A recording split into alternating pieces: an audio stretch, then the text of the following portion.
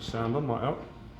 James Holder for iFL TV in association with Mackley's Gym. I just bumped into the big dog Clifton Mitchell at Wembley Arena for Blackwell Bank. How are you, mate? I'm good, mate. How are you? Good, I'm alright. It's too close to get a fight prediction because I probably won't get it out right now, but I just want to know how excited you are for the main event.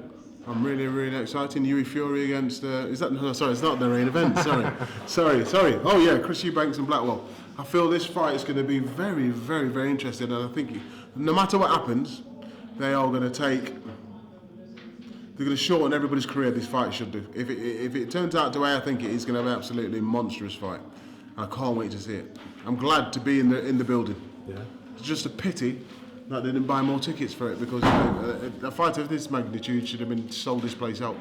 To be fair, it is quite busy, and I know it's still filling out and stuff. So Yeah, it'll get busier, but like I said, it should be in a full arena. Yeah. We're used to seeing you, obviously, with the Furies. We're also, as people may or may not know, you're also one half of the SA UK security firm. No, it's mine. Not one half. It's mine. All right, I didn't want to say that. Let's get this shit right. I didn't want to say that, but you know what I'm talking about. No. As well as training your own fighters. So quite a big involvement from yourself in boxing. Yeah, I think I was rated 23rd or 24th out of the 100 most important people in boxing. So whose list was it? That was one on Boxing News, I think it was. I seen something on British Boxing. Yeah, okay. Johnny Nelson was one before me. Okay. I don't know why you got that. Who was number one?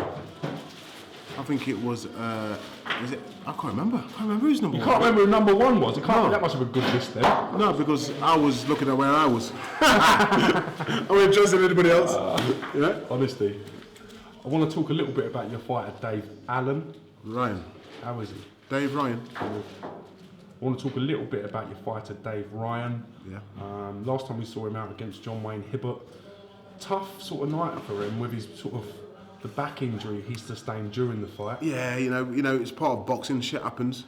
A freak accident, which you could never ever, you couldn't erode it. You couldn't make it up. But it happened. I feel that fair play to John Wayne Hibbert. He was still there and got the decision, even though he didn't win a round. So we've seen a trilogy so far between them. Well, we've seen 3 fights, haven't we? Yeah, 3 fights. Dave's won 2, and basically had to retire in the 3rd one because he couldn't move. Chances of seeing this full fight?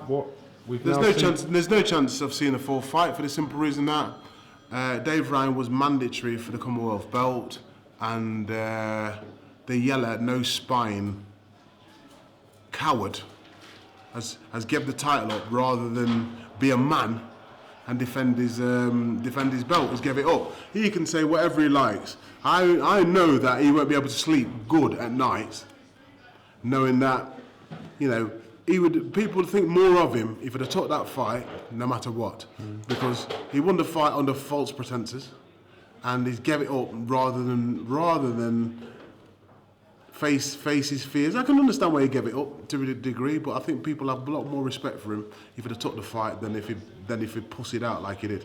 Well, no problem. We know that he was going to get his arse handed to him, and it'd probably be his last fight of his career because Dave was going to absolutely muller him.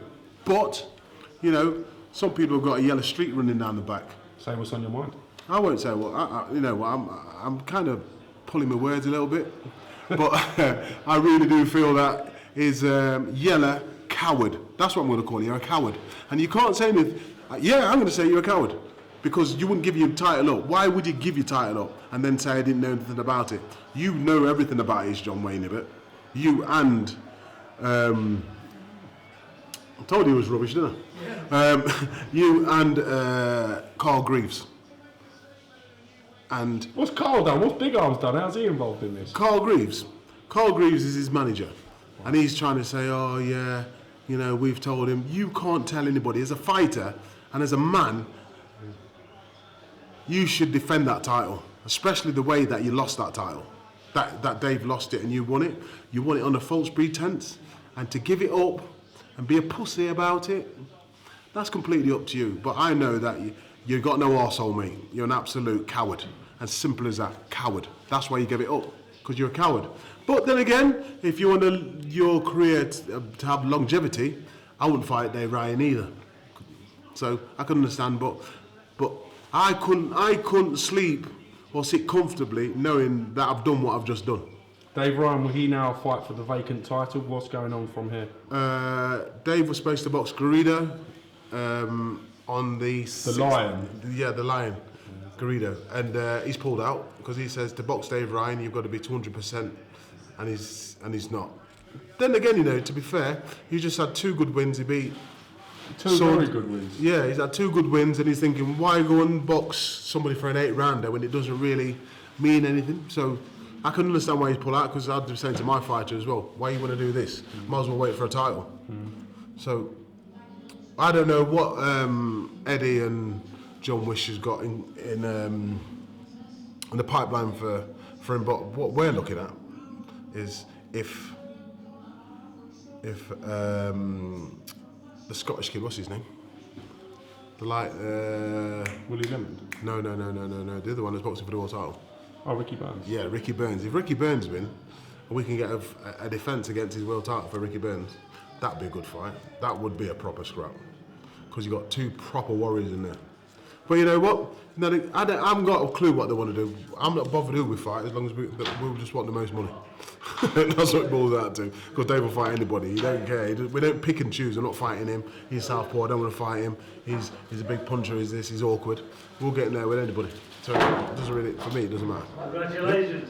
On that note, I appreciate you giving me some time, and we look forward to some news regarding Dave Ryan imminently. Yeah, and by the way, John Wayne Hibbert, he's a yellow belly. Yellow belly. Why did you grab hold of me then? The poor Pete, Because I've got my back up now. Back up. So if anybody's coming for me, remember. Safety in numbers. Yeah. I think you'll be alright to be. Me and this fella go back a long time, do you know that, James? Yeah, how 30. long? 30 years. 30, yeah. He trained a fighter to beat me one time. That's mental.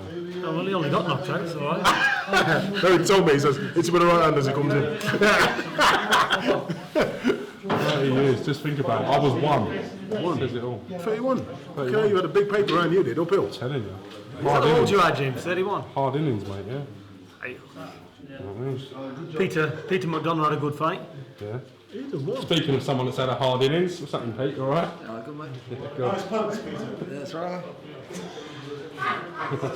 To wrap this up, Clifton, Peace. thanks for some time, mate, and I'll catch you again real soon. Good.